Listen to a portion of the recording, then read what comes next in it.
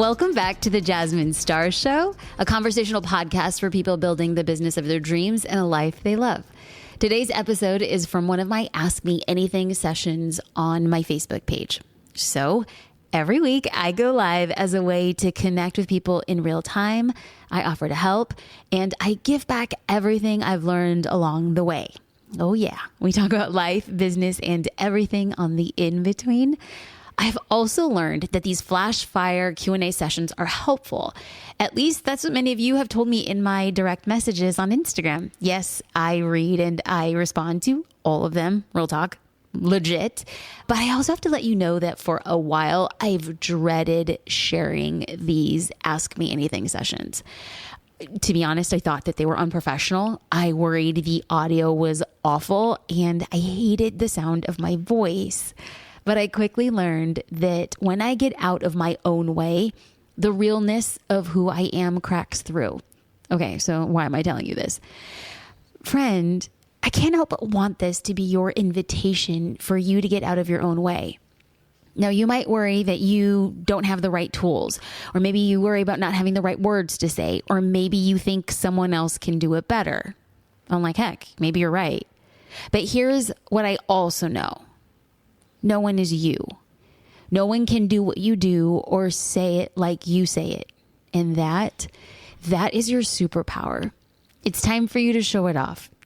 Speaking of making it work however you can, I'm excited for you to hear my real-time answers to the questions that you asked. So let's listen in, even though the audio ain't all that great. Hi friends, how are you? Welcome to this time of the week where I have the opportunity to connect with you. I always get nervous and awkward before I do this. I've been doing this now, I don't even know, a couple years, and I still get stupid, nervous, awkward. This is Ask Me Anything. This is our opportunity to connect, to answer your business questions as they come up and as they arise. So let's start right about here. This question has been uploaded 4 times, and Wendy Nicholson is asking the best tips for starting a Facebook group from scratch. How to get people to join without a ClickFunnels. So let's dive in and focus on the 3 ways that you could start growing your Facebook group without a ClickFunnels. So we're going to dive right in. And way number 1, it is so important to have a clear mission. Like the thing that I always ask and tell people is to really understand what a mission means. And these are a few questions to get started.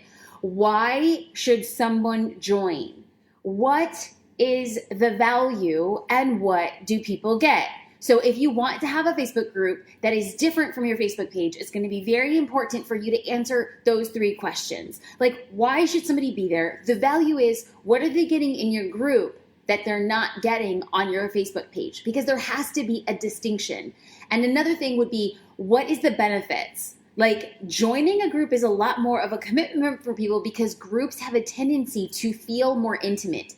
Now that they are intimate, but people feel like the group is private and they can be a little bit more of themselves. So what then would be the very clear mission? We're going to get into the 3rd way to grow a Facebook group without ClickFunnels, and that is to have a clear member. Like, who do you actually want in the group? Who are they? Why should they join? What do they need? Like, when you know basically what your group is about, like the benefits that they get, and then you know exactly who you want in the group, then all of a sudden creating the content becomes so much easier. A lot of times people they're like, I want a group, like just period. Instead of saying, I want a group that does this particular thing for this particular purpose. So who is that person? Why would they make the commitment to join the group? Like, what do they get as a benefit? But furthermore, what do they need? So if you're a photographer, why would you have a Facebook group? Like, what would the Facebook group be for, and what kind of content are you sharing for them? Now, the 3rd thing that you want to consider as you're creating a organic Facebook group, no ads, no ClickFunnels, is 3, to have a clear schedule. How often will you post? How often will you engage? And how will the content be different? Because oftentimes it's going to be real easy to have this temptation to say like, okay, I want a Facebook group because I've heard really great things about it, but my Facebook group is just there and it's for anyone who wants to join, and I'm going to post whenever I feel like it. Though that's like the 3 kisses of death. if you want a successful Facebook group, the best thing is, what does the group do? What are the value? What are the benefits? Why would somebody join? Who is the Facebook group for? The clearer you are for that person, the more likelihood you're going to attract the type of person you want in the group. And number 3, you have to be consistent. How often will you post? How often will you engage? And how will your content be different? You have to have something in the group that's wildly different. So let's give a real life example. And I'm going to give an example. I'm so sorry. I'm choking over here. I'm going to give a real life example, and people are going to say, oh, Jasmine's trying to pitch social curator. Well, number 1, I don't pitch. I only ever sell. And I'm not in the zone of selling right now. A social curator is closed for enrollment. So I can talk openly about the Facebook group and the differences that exist there. I do not do group coaching outward facing. So I'll go live, Facebook, I'll answer questions, but group coaching is different in there. We have productivity power hours where we go on and we create content that's specific to the group. We bring in guest master classes. So we bring in experts in their fields to teach people. We have 3C calls, which means that you're getting individualized attention on where your business is and what you're doing. So for me, there's a very clear distinction. Like if you follow me on my Facebook page, go. If you're in the Facebook group, you're there for something else. I hope those 3 tips helped you. Let's get into the next question. Christina said, blogging. Is it worth starting now? Ideas for speakers getting started during this time. Thanks, Joy Star. Okay, so the question is pertaining to speakers in general, but the main question was, is blogging worth your time? And I come from the school of thought, and maybe it's just because I'm a hustler. And not the hustler is I'm going to steal some money from a card game, but a hustler being like, I'm going to hustle and do whatever I can to make it work. So yeah, I totally think that blogs are still worth their time. I always believe that you should start messy, you should start wonky, and I believe that you should start now, right? Because what Christina had asked with specificity was, how does this pertain to speakers? How do we get discovered as speakers? Well, you have to put yourself in the mind of blogs and Pinterest are for search-based marketing. Like when somebody knows they're looking for a speaker, or when somebody knows that they want to invite somebody to an event, Google and Pinterest are the best ways to do that. So if you want to use a blog, I always say to put content on your blog that somebody would be searching for.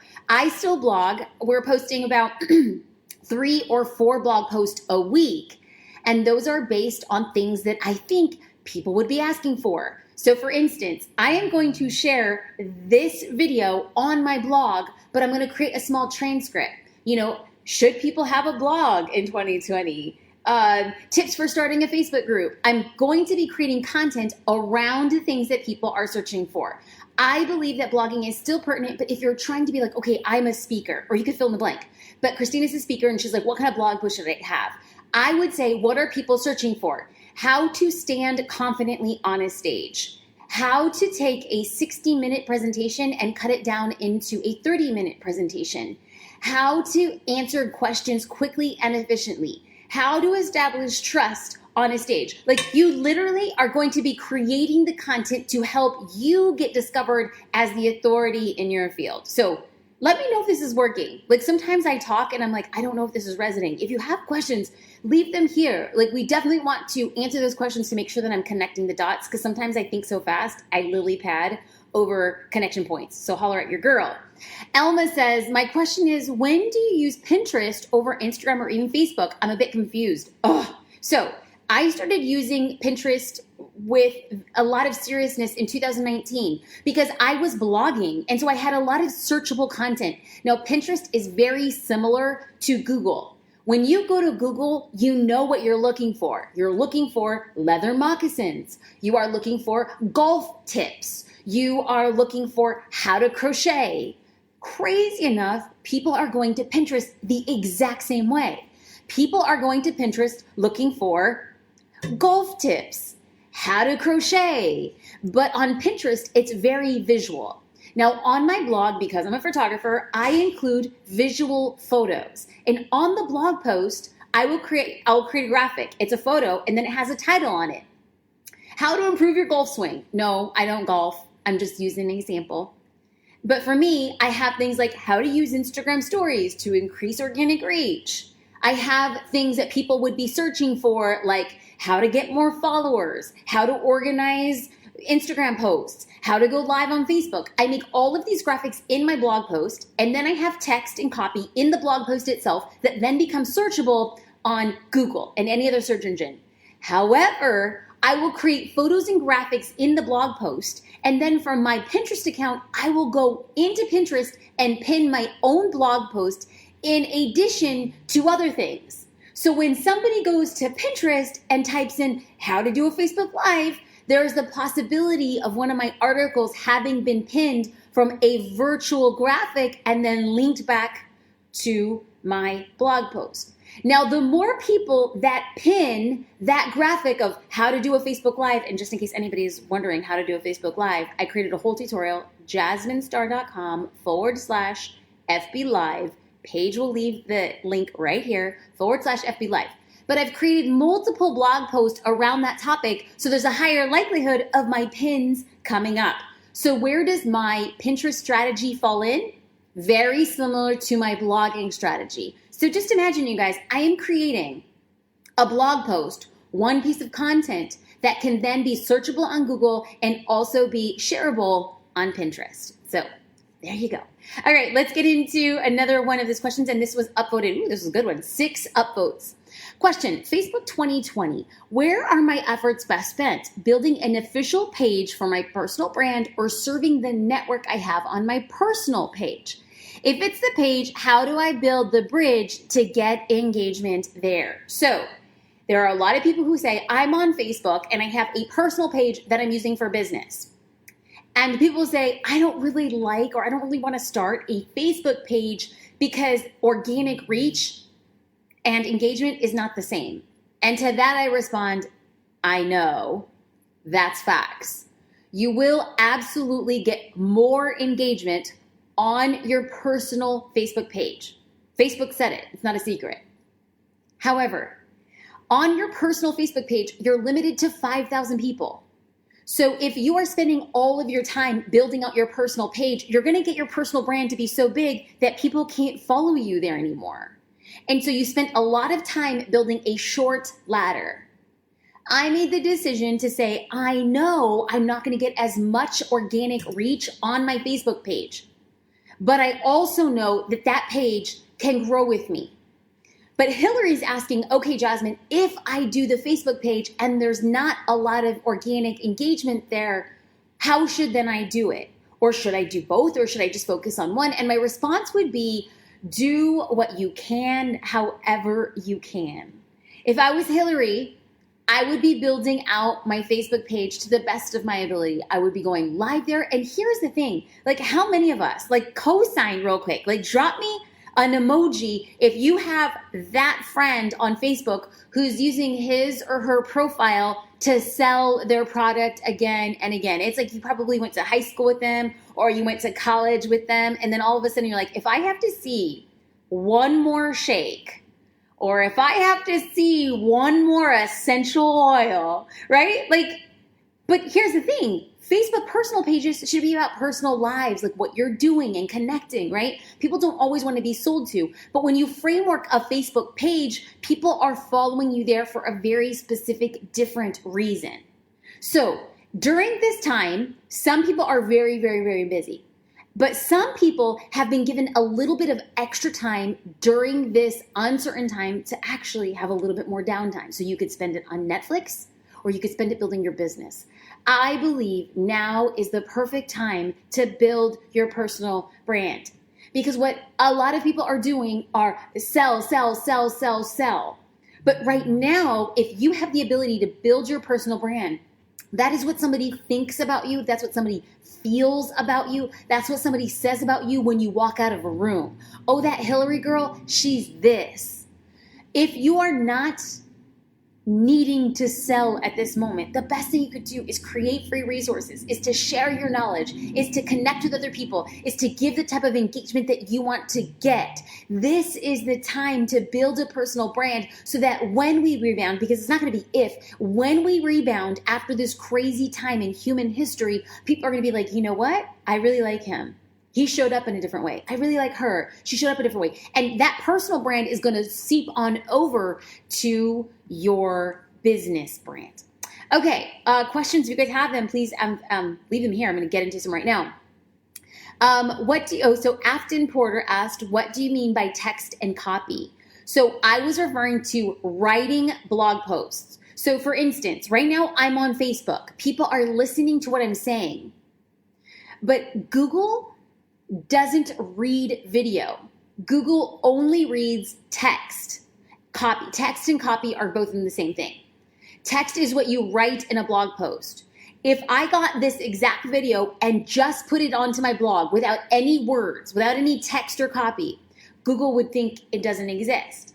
What I have to do is get this video embedded into my blog and then write, using words, the things that I talked about today, the three steps to creating a Facebook group organically. I'm also going to be typing in how to start a podcast. That's one of the questions I want to get to. I'm also going to be putting into, should I be blogging during this time? So I'm creating notes from this video so that it's readable on Google. Shai asked, I've got 4 subgroups, audiences, to my overhead business company. Is it socially cool to create 4 separate Facebook groups versus one overwhelming group? Shai, yes. If you have the bandwidth, 100%. People will spend more time in a smaller group that is tailor-made for the conversations that they want to have. That is the beauty of Facebook groups. The beauty of Facebook groups is that you can find a group with how to play musical instruments. That's going to be big and sometimes overwhelming. And finding a Facebook group where how to play kazoo. Really, really, really small, but the people there really only want to talk about how to play a kazoo. If you have more live questions, please feel free to leave them here. Let's dive into this question from Felicia that's upvoted 5 times. I would love to know tips on starting a podcast. What are some great resources that you would recommend? Now, here's the thing, Felicia, and anybody else who wants to start a podcast. I'm going to be real with you. I am not the person who's going to lay the framework for how to start a podcast. I started a podcast the way that I do everything in my business. I'm like, I'm going to do it. Okay, we'll figure it out. Like, you jump and then you figure it out on the way down. I jump in with both feet. I'm the kind of person who learns better by doing, not by thinking. So I know that Pat Flynn and I know that John Lee Dumas, they have resources on how to start a podcast. Now, I can't say that I saw them, but I know them as people, and I think they're great people, and I think that those resources will probably help you a ton.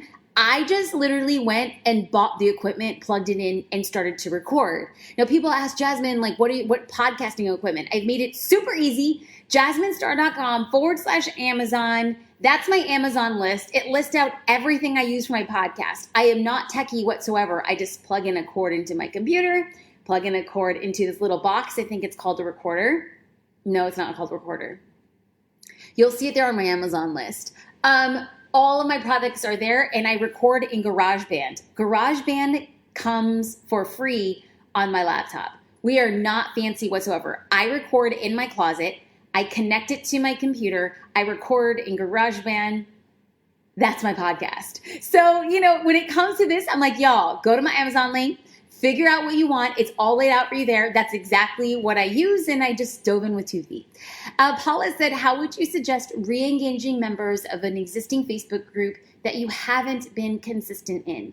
Well, this depends, Paula, quite honestly, on how long has the group been stagnant. There have been times, there is one group, it pains me. I'm embarrassed. There was a group that got up to 20,000 people, and it was an Instagram-focused group. And I just let it fall to the wayside. I stopped engaging and the post just fiddled down. And then when I was going into a promotional period, I'm like, I'm going to go back in that group. But that was the biggest disservice I could have done, because that's like showing up in a group with the intention of getting something from it. It was my bad. I let that group fizzle away. And the lesson that I learned by trying to go back and revive the group is that people wouldn't engage. And if people don't engage in your group, they weigh down the group. Groups are based on an algorithm as well. If people are active in a group, there's a higher likelihood of them seeing that group when they go into their feed, and a higher likelihood of getting them pop-up notifications for what's going on in the group. I let the group get so saggy and heavy that when I went back into it, nobody was engaging, and that indicated to the algorithm that my group was whack, and I let it get whack. So it's totally up to you. If you're like, you know what, I know a group is where it's at.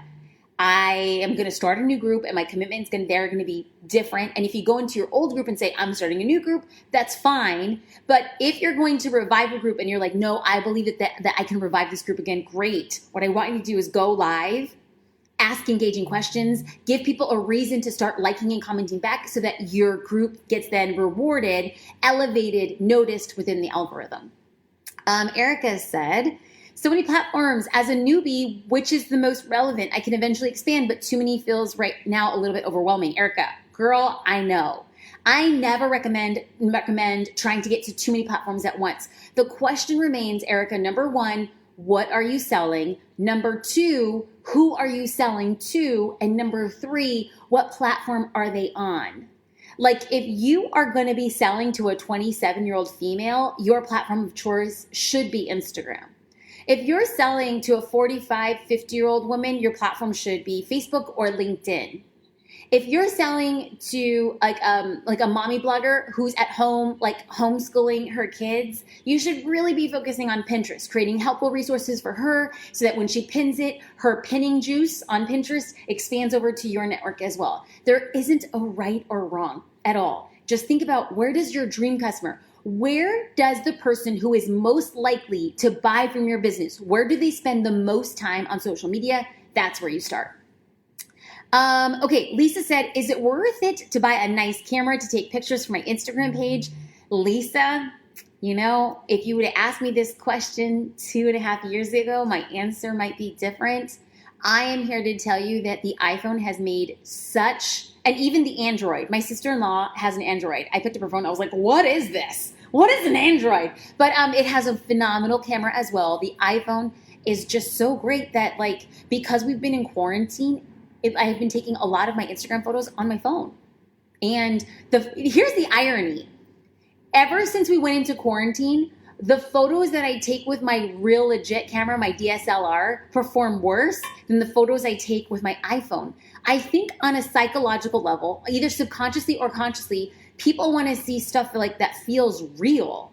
Like nobody's trying to live that glamorous yacht life when ain't nobody on no yacht. Ain't nobody on your private jet flying around right now. Like, everybody's home. And so at this point in time, do I feel like it's a necessity? No. Do I think it's helpful? Depending. But if you know how to work an iPhone, and y'all, there's like literally 1 million hours of iPhone tutorials on YouTube, I would rock that out. Like legit. Okay, Toya, should you post multiple times a day when you first start a Facebook group? It depends on the size of the group. Like if you have like 10 people in your group and you're posting like 10 times a day, probably not good. You will soon understand the cadence of how often you should be posting in your group. It's different for different groups. Some groups have like 17 or 27 posts a day and there's a lot of activity, and some groups have very focused 1 or 2 posts per day. Now, in the month of April, we decided for our Facebook group in Social Curator, there's like almost 8,000 people in that group, and people were posting and it became overwhelming. And this is us just learning. Like, this is legitimately me being 100% real with you. And as a CEO and founder, I have to listen to the audience. So what we decided to do was, for the month of April, the posts were only going to come from myself or our Facebook team. So I do group coaching and I teach classes and we bring in guest master classes, and like those are all coming from me, just so that in this month, because so many people have so many different things, I'm like, yo, when you come into this group, you're gonna have very focused action. We have 2 to 3 posts a day in that group and that's it. But before, when it was open, we were having like a lot. So again, not a right or wrong. You'll be able to figure that out once you actually start doing. My advice, stop thinking and start doing, because when you do, you're able to test that. Kristen asked, hey girl, I have an idea for a new project. I start with one idea and it continues to change and I start developing it. How do you know when to just run with it? I feel like it's holding me back from actually making forward progress and I end up confusing myself more than anything. Okay, Kristen, I love this. I love this. So let's get a real life example with what is going on. Now, here's the thing. People always say, Jasmine, you always talk about your business. Listen, if I don't talk about my business, ain't nobody else going to talk about my business. And I am coming live completely unafraid to talk about my dreams, even though there's a part of me that would be a little bit embarrassed if they didn't come to fruition. So Kristen, I know how you feel. The vision that I have for Social Curator is seriously bat trash crazy. Like what I see of Social Curator in 2023, I said this at the beginning on January 2020. I said my big vision is to empower 100,000 business owners to be making, I'm sorry, I messed that up. My vision for 2023 was to have 10,000 business owners make more than 6 figures.